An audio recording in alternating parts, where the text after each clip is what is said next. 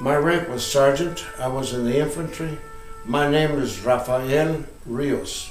My kids think I was a hero, but I wasn't. They don't know the half of it because I never told them. But I volunteered for the military. I didn't wait to be drafted. I was 17 when I went in. My dad, I had to sign permission. I'll tell you to you honestly, you put it down any way you want. Me and my buddy, he ran with me. What we did was we were jack rollers. To jack roll somebody, at least back in, this is the gangs in Kansas City that I belonged to. We wait till some guy got out of a tavern drunk, who was trying to get away, and he walked by the alley and we grabbed him, knock him out, take his watch, take his rings. That's how we financed our operation. I'm not proud of that, I'm just telling you the truth. Well, the police were on our butts, you know.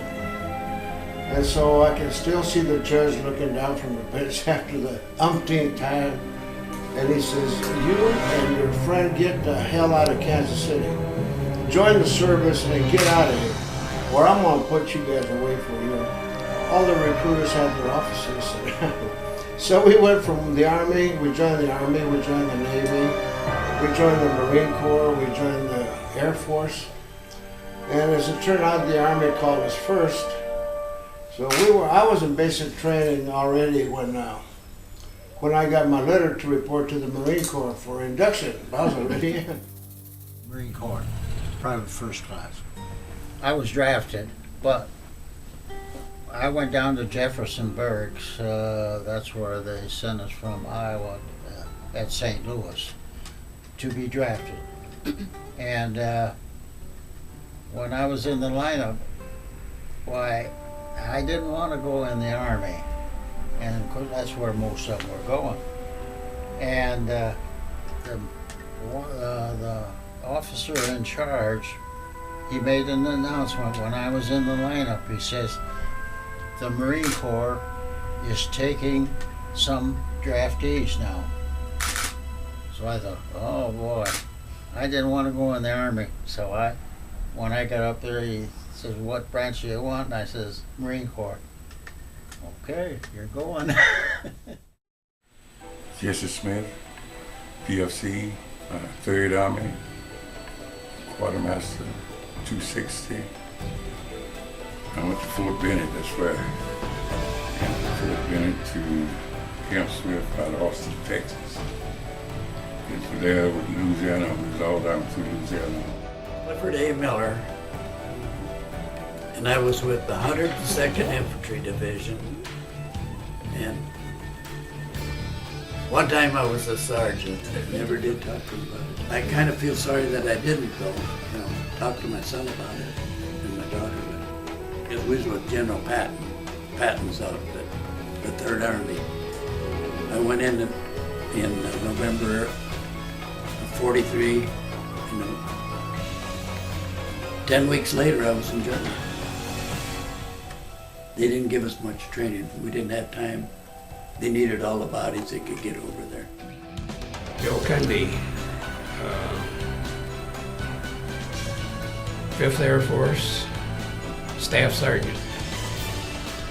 Yeah, Army Air Corps in those days. It eventually turned into the Air Force, but in them days it was the Army Air Corps. I enlisted when I was in high school. I graduated from Rock Falls High School in 1944, and I was too young to go on active duty because my birthday wasn't until December. Shepherd Field, Texas. That's where I took my basic.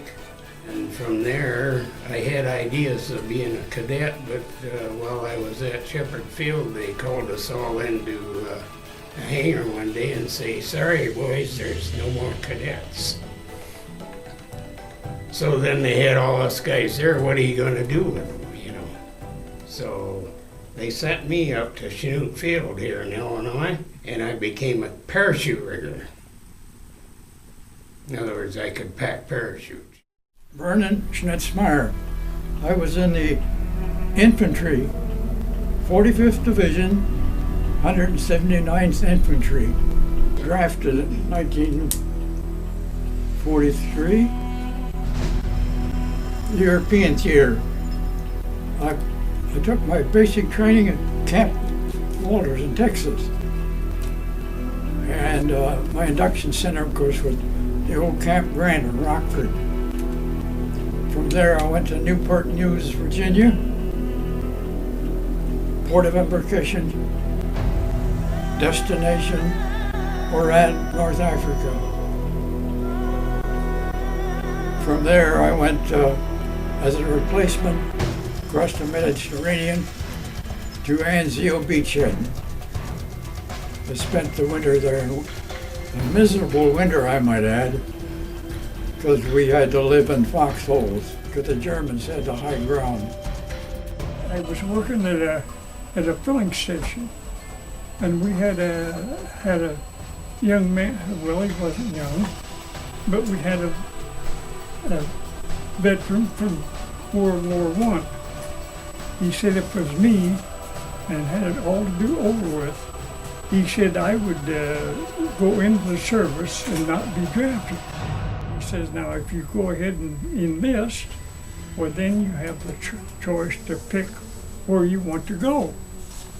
So we got to thinking about that and talked to him. I said, well, it was 3 or 4 of us. I said, well, maybe we better do that. That was 1940. My name was Forrest E. Chapman, and I was in the 7th Air Force. I was a staff sergeant. All the other guys our age, you know, they just were excited about it, of course, and just went along with them, that's all. The job we were supposed to do, and we went along, that's all. Kenneth L. Tifke, United States Marine Corps Reserve, a Master Technical Sergeant. The Navy recruiters came in there looking for future pilots, and they had what they called a V6 program at that time. So we had all the tests and examinations and all the things we had there in school.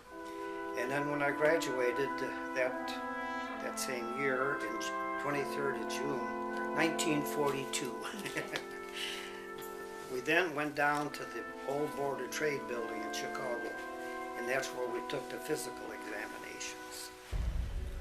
I passed all of the examinations except one, and one of the most important ones, and that was called depth perception. And that is very, very critical, especially in landing, not in taking off, but in landing. If your perception isn't right, your ground is either too close or too far away, so you could crash very easily. And they said, come back in 6 months and try again. Well, my buddy and I, he got a draft course, I didn't. And he said, I'm going to go down and enlist in the Marine Corps. So I said, okay, I'll go down with you. Well, we went down and enlisted in the Marine Corps, and a couple of weeks later, we're on the train going to San Diego to boot camp.